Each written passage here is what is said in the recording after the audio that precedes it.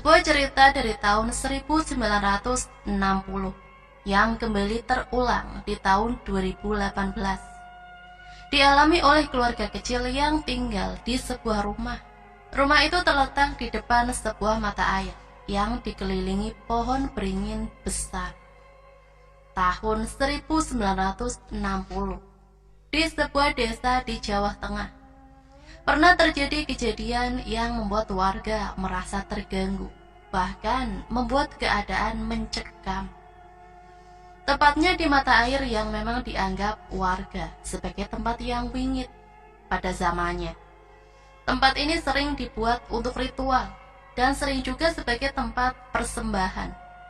Konon katanya, air di sini dipercaya sebagai obat kesembuhan segala penyakit. Karena air ini mengandung daya magis yang kuat dan di sekitarnya banyak bau rekso yang menjaga keseimbangan alam yang ada di sana. Kalau dilihat tempat ini seperti dijaga para makhluk agar manusia tidak sembarangan berperilaku di tempat ini. Zaman dahulu warga percaya bahwa sosok seperti widodari, kuntilanak, dan ada yang paling khas, warga menyebutnya sapi gumarang. Suara seperti kelintingan atau lonceng, sapi keliling di sekitar rumah warga di malam tertentu. Warga yang pernah melihat sosok sapi gumarang bercerita, sosok itu berwujud seperti sapi, tetapi dengan ukuran besar, tidak seperti sapi pada umumnya. Warga menuturkan pernah ada kejadian di mana salah seorang warga sengaja memotong salah satu ranting pohon beringin dengan tujuan membersihkan ranting yang bergelantungan. Dan disitulah membuat semua terbuka. Karena mungkin tidak izin terlebih dahulu, para mbau rekso seperti tidak terima apa yang dilakukan salah seorang warga. Setiap malam satu persatu warga diteror oleh suara-suara wanita tertawa dan menangis. Hampir setengah dari penduduk desa mendengar suara itu setiap malam. Tidak hanya suara, bahkan secara acak beberapa pintu rumah warga digedor. Namun ketika dibuka, tidak ada orang di depan pintu. Uniknya, rumah warga yang tinggal di dekat mata air digedor tidak hanya di pintu saja, bahkan jendela tidak luput dari gedoran sosok itu. Gangguan berlangsung hampir 1 bulan. Bahkan saat itu warga tidak berani keluar rumah ketika malam tiba. Setiap malam para bapak-bapak selalu terjaga untuk menunggu dan mencoba mengusir sosok yang selalu mengganggu. Puncaknya di suatu malam yang sama dengan hari terjadinya pemotongan ranting pohon beringin. Semua warga melihat sosok wanita berjalan dengan sempoyongan melewati jalanan desa, dan sosok itu benar-benar terlihat nyata. Wanita separuh baya dengan wajah lusuh, dengan beberapa darah yang mengalir di sekujur wajah dan rambut yang acak-acakan. Nek cara Jawane njer pupuk, diiringi dengan suara tangisan. Semua warga yang melihat bahkan mengikuti jejak wanita itu berjalan perlahan dari ujung desa dan hilang ketika masuk ke gerbang mata air. Dengan kejadian malam itu membuat warga mengerti apa yang ingin disampaikan oleh sosok itu. Keesokan harinya dicari orang yang memotong ranting pohon dan mencoba mengadakan ritual permohonan maaf. Ternyata dengan cara itu berhasil membuat gangguan berangsur hilang dan keadaan mulai membaik. Perlahan tapi pasti, sampai gangguan benar-benar hilang. Dan disitulah warga membuat peraturan jangan sampai ada yang memotong pohon beringin agar kejadian tidak terulang lagi. Tahun 1980, warga menyulap mata air itu menjadi pemandian umum dan MCK warga karena semakin banyak populasi warga yang ditinggal di sana. Tentunya dengan adanya ketentuan atau peraturan tertentu yang harus tetap dijaga untuk tidak boleh diubah. Seperti tidak boleh ada bagian dari pohon beringin yang dipotong atau tidak boleh merubah arah aliran mata air. Berjalannya waktu seiring semakin menepisnya kepercayaan terhadap adanya daya magis di mata air ini. Di tahun 2017, warga berinisiatif membersihkan pohon beringin yang dilihat memang sudah tidak elok dipandang mata. Beberapa warga yang mengetahui cerita sejarah dengan apa yang terjadi di zaman dahulu membuat nyali menjadi ciut, bahkan tidak ada yang berani. Salah seorang warga berucap bahwa ada satu orang yang mempunyai ilmu tinggi dan mungkin berani untuk memotong. Didatangkanlah orang itu, dan segeralah dia memotong beberapa bagian pohon beringin. Namun dia hanya sendirian karena warga tidak berani untuk ikut andil dalam pembersihan pohon beringin.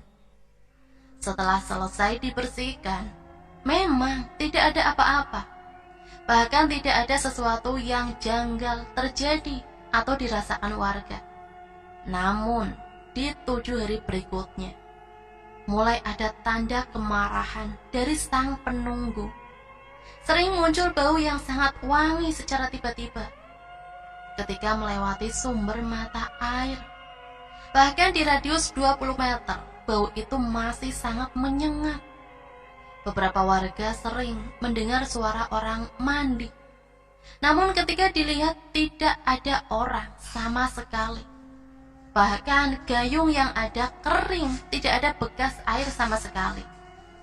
Warga yang merasa janggal merasa itu adalah hal yang biasa dan tidak begitu mengganggu. Tetapi tidak bagi seseorang bernama Rohman. Rohman adalah salah seorang warga yang tinggal tepat di seberang mata air. Bahkan rumahnya segaris lurus dengan pohon beringin. Bebarengan dengan apa yang dirasakan warga, ternyata rumah Rohman diganggu oleh makhluk gaib.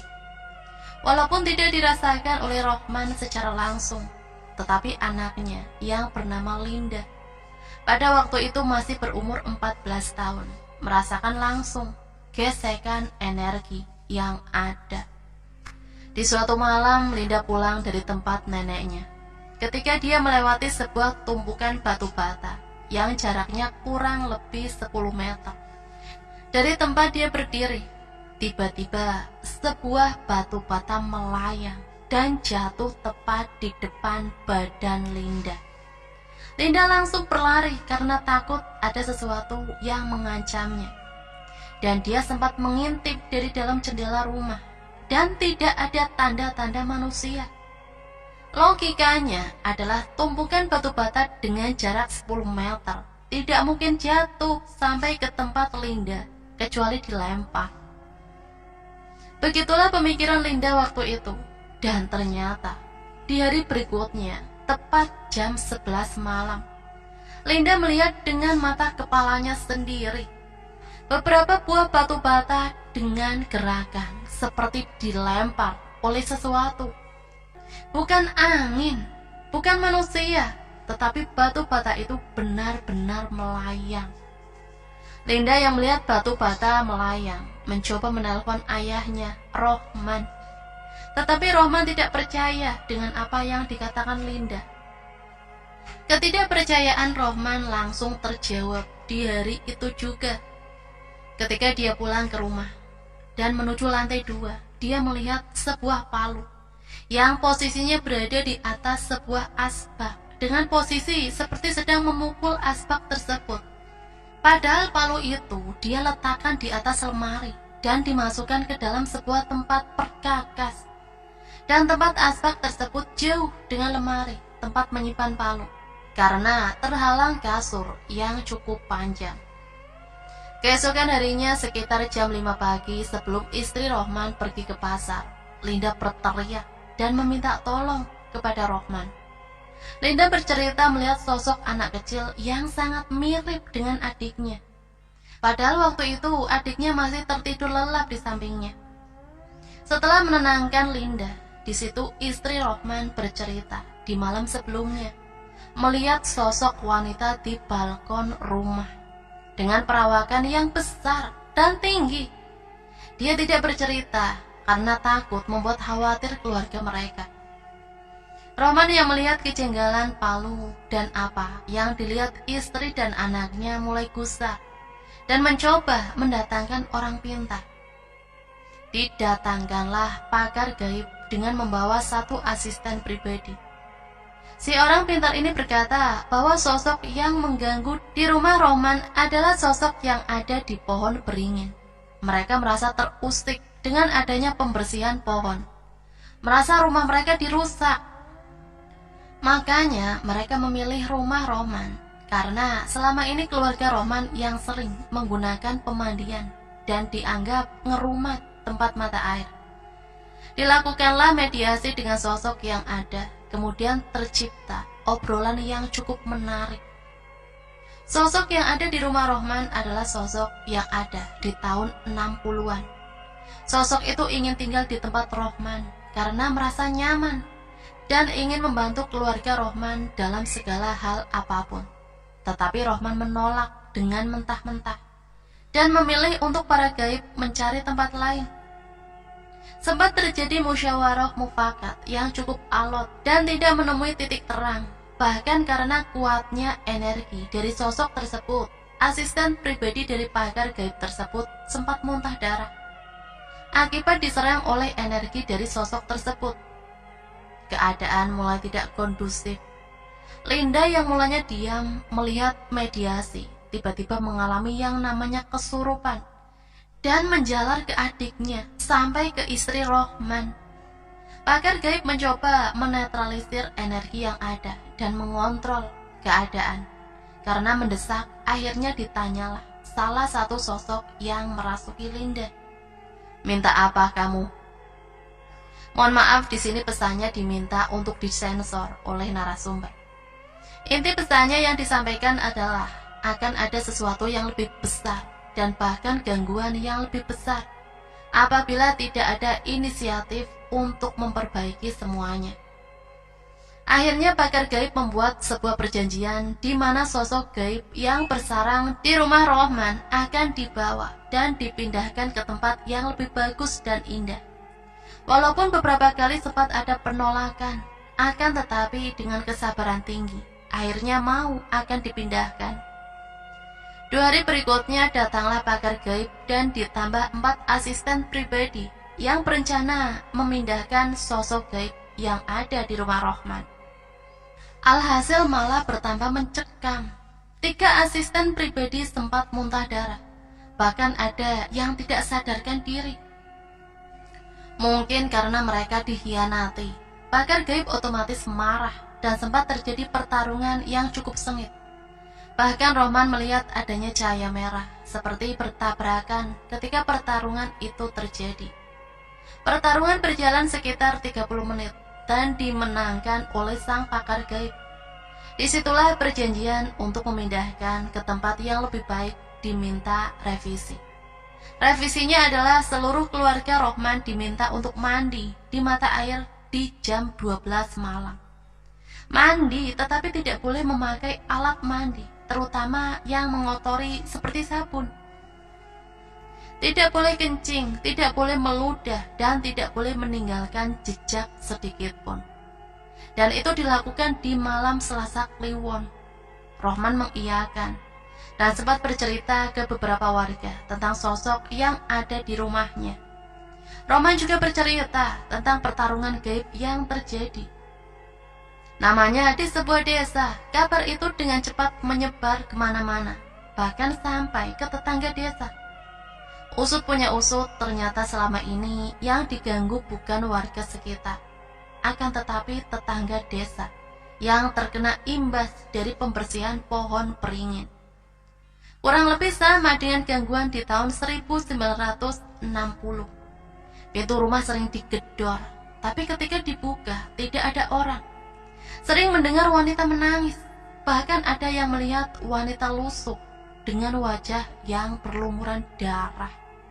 Bedanya, kalau di tahun 1960 yang merasakan adalah semua warga, Tetapi di tahun 2017 hanya 6 rumah yang digedor. Dan 1 orang melihat sosok itu. Itu pun tetangga desa, bukan desa tempat mata air berada. Dan juga kemungkinan energinya dari tahun ke tahun sudah makin menipis. Kabar ini memang belum sampai ke orang yang membersihkan pohon beringin waktu itu. Dikarenakan rumahnya yang berjarak 20 km dari desa. Memang sebuah kebetulan atau bagaimana? Malam di mana keluarga Rohman melakukan syarat mandi yang diberikan, tiba-tiba orang yang membersihkan datang dan menemui keluarga Rohman. Dia sempat meminta maaf karena gangguan yang ditimbulkan. Akhirnya dia bercerita sebelumnya memang sudah meminta izin dengan sosok yang ada di sana, tetapi dia sudah melanggar 1 titik dari pohon beringin yang memang tidak boleh dijamah apalagi dibersihkan. Rohman mengerti dan tidak masalah karena mungkin ini sudah nasib dia di tempat tinggal di dekat mata air. Akhirnya keluarga Rohman, pakar gaib dan asisten pribadi beserta orang yang membersihkan pohon berbondong-bondong menuju mata air dan melakukan beberapa ritual. Setelah melakukan ritual yang intinya untuk menstabilkan aura yang ada di sana dan hajat untuk meminta maaf dengan bau rekso yang ada di sana, keluarga Rohman melakukan mandi tepat jam 12 malam. Mandi bersama dengan melakukan beberapa syarat yang tadi diminta. Beberapa hari berikutnya, Rohman merasakan ada yang berbeda dari rumahnya. Seperti ada sesuatu hawa panas dan dingin mengalir dari rumahnya menuju ke mata air. Memang gangguan ini masih ada seperti suara wanita tertawa, tembok lantai 2 yang digedor, tapi mulai hilang beriringan dengan hilangnya hawa panas dan dingin yang dirasakan.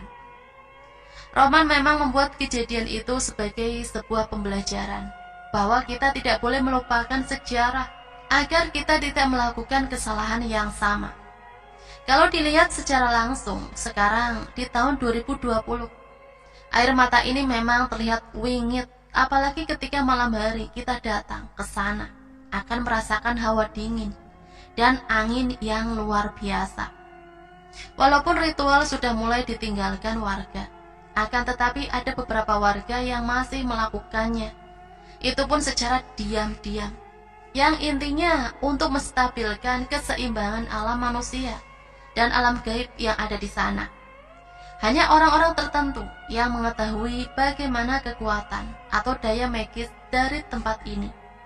Karena konon katanya, apabila kamu ingin disembuhkan dari penyakit kulit atau gangguan gaib, datang ke tempat ini dan mandi, tetapi di hari dan malam tertentu. Kearifan lokal di desa ini memang masih terjaga. Banyak tempat yang dianggap wingit dan penuh cerita kelam di zaman dahulu. Walaupun kearifan lokal di sisi lain sebagai bentuk melindungi alam, akan tetapi kita juga harus menghormati dunia selain dunia manusia. Sampai di sini Mimin pamit undur diri. Mohon maaf apabila banyak salah kata. Akhirul kalam, wassalamualaikum warahmatullahi wabarakatuh.